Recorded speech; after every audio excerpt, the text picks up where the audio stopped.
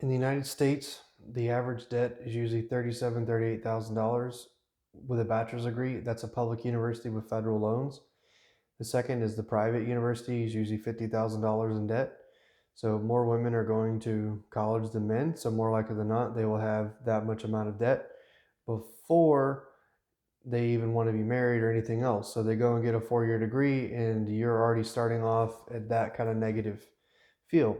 If you're a passport bro that's looking for a wife, like myself, this is specifically for looking for a wife.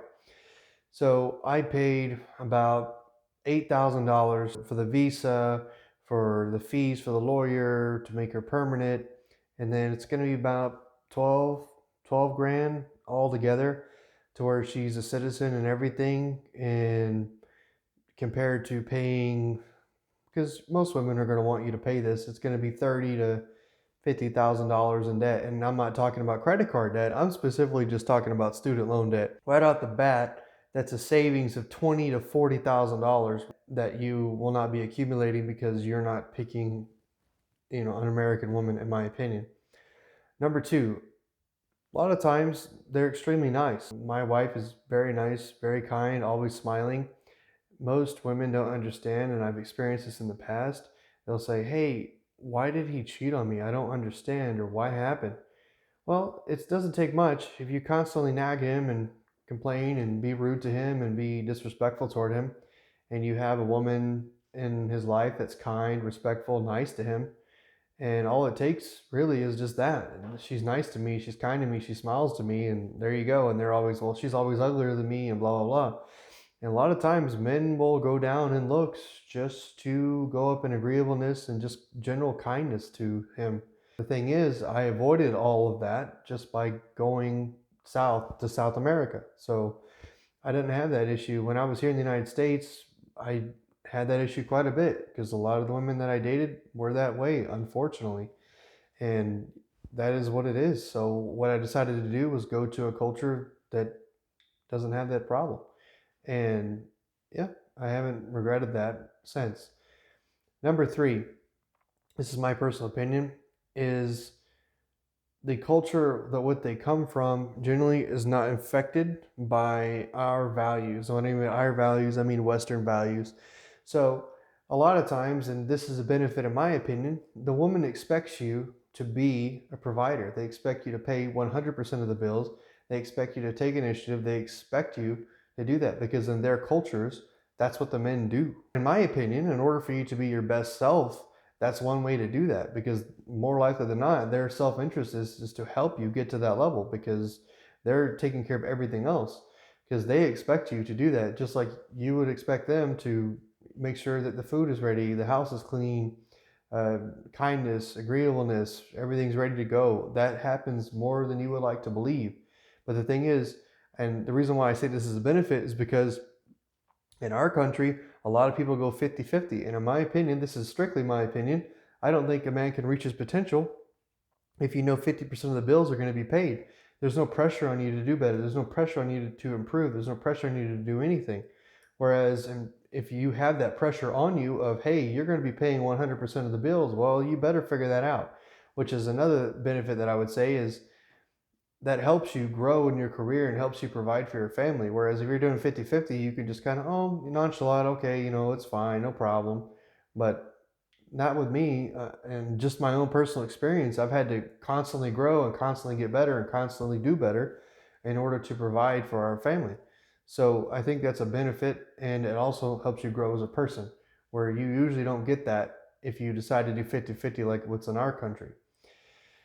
Number four, a lot of times, a lot of average men don't have a lot of dating options because most women do not want average men that I've noticed, and it's very sad, honestly. And in these countries, a lot of times you can find women that you would generally have a higher status because first off, you're an American. Second off, you have American dollars.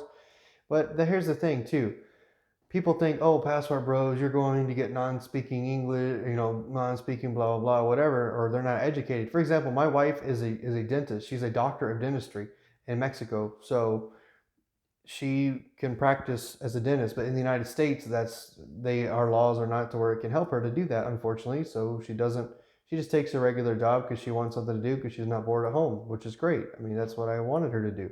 If she wants to work, she can, but we're not doing 50-50. I pay for everything, which I don't mind doing. So this is what I'm talking about in regards to you still, regardless of the money, regardless of what happens, I think the people that are against Passport Bros do have a valid point. If you're a crusty dude, you don't have game, you don't know how to talk, well, you're still going to fail because most women are attracted by communication, by the interaction, by all of these types of things. And if you don't know how to do that, or you're don't are not aware of those kind of things, then you're going to fail regardless of what environment you're in. Yeah, you can maybe get a higher caliber woman as far as looks wise, but you're still going to fail because you still have that awkwardness, if that makes sense. That's something you will have to work on. And once again, it will make you better, paying for 100% of the bills, making sure you can still court people, making sure you can still talk to them, making sure that you like the culture that they come from. That's another benefit of this is, do you like another culture more than ours?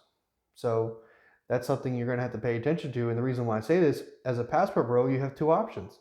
You can stay in that country if you like it, and you can live there relatively inexpensive compared to the United States. If you can find a way to telework, or you can find a way to have an online business, you can do it that way. Or what you can do is do what I did, which is move them to the United States.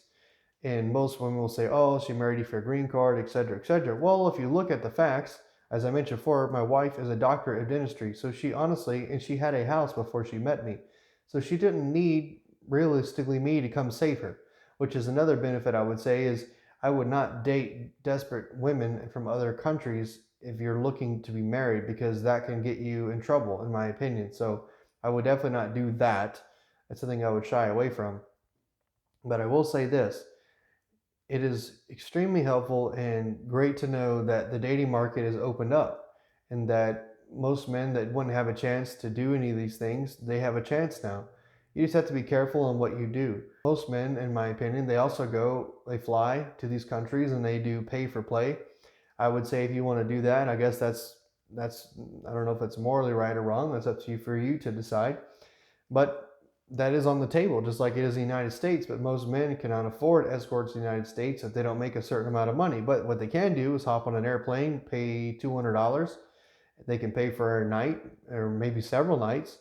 And you're looking at, generally speaking, if you spent a month with a woman here in the United States, you could get that in probably in 4 or 5 days in another country, if not more than that, as far as money wise. So it all depends on what you want to do.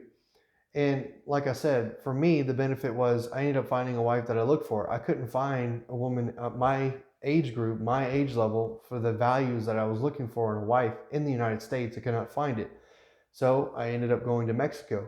And many people will say, well, Mexico is not really passport bro. Well, I don't know if you know this or not, but Mexico is South America and it is below the United States. It is its own country. And many men go to other areas, like, for example, Colombia or Brazil or Argentina, to find women. And from what my experience is, the benefit that you'll have is a lot of them were raised to be wives. They were raised to be moms, and a lot of them like to do that. That doesn't necessarily mean that they didn't go to school or they're not educated, because that would be absurd, because most in those countries, people are still educated. So I don't understand the argument against that. But what I will say is I think that it's a benefit for you if it's open for you. If you have any questions, please let me know down in the comments. I will do a second video of negatives about being a passport bro. If you guys have any experiences, please let me know in the comments, and y'all have a wonderful day.